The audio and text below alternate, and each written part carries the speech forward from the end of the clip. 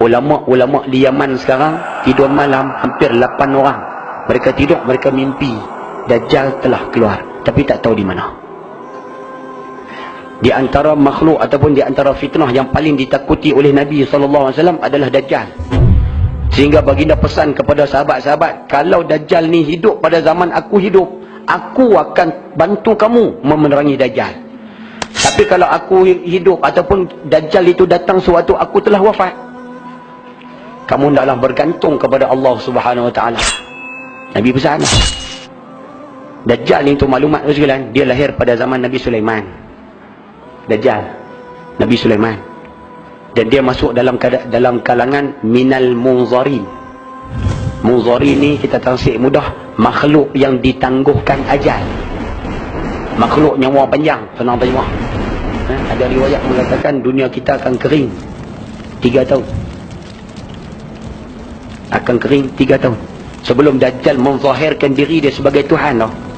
Sebelum Dajjal mengaku dia jadi Tuhan loh, dunia kita akan kering 3 tahun. Kering itu maksud dia Ustaz, kemarau. Tahun yang pertama hujan cuma turun 2/3. Makna daripada tahun 360 hari, hujan cuma turun 240 hari. Tahun yang kedua hujan akan turun 120 hari. Tahun yang ketiga hujan tak turun langsung.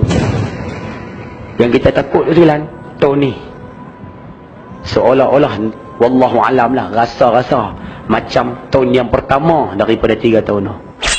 Ada satu hadis Nabi pernah sebut, kalau Dajjal keluar, Nabi pesan pada orang lelaki-lelaki, kalau boleh ikat bini dengan anak-anak di rumah.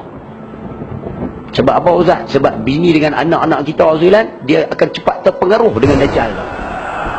Dia turun bawa syurga, anak bini kita cakap nak terapa api je. Dajjal dia keluar Ustaz, ada riwayat sebut dia akan keluar di Syam, antara Syam dengan Iraq, sebelah negara Arab lah. Dan dia akan bergerak ke seluruh muka bumi menaiki jet pejuang. Dia tak naik MH370, dia naik jet pejuang. Jadi dia boleh pergi ke mana tempat atas muka bumi, melingkar Mekah, Madinah. 2 tempat dia tak boleh masuk, ada malaikat yang menjaganya. Dalam hadis mengatakan, dia turun ke satu tempat tu Zilan, dia akan offer, minta maaf, dia akan suruh rakyat tempat tersebut mengaku diri dia sebagai Tuhan. Suruh orang kawasan tersebut mengaku diri dia sebagai Tuhan.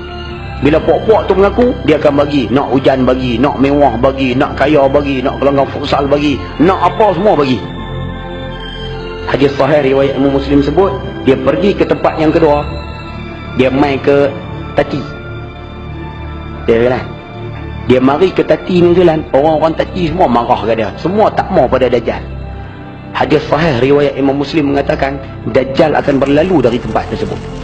Maksudnya dia balik. Dan esok kawasan tersebut, Tati tu akan jadi kawasan tanah licin tandus. Tidak ada tumbuhan yang hidup di kawasan tersebut. Sebab itu ada ulama-ulama kita sekarang duk pesan supaya apa? Hidup seumpama orang-orang dahulu kala Zilan.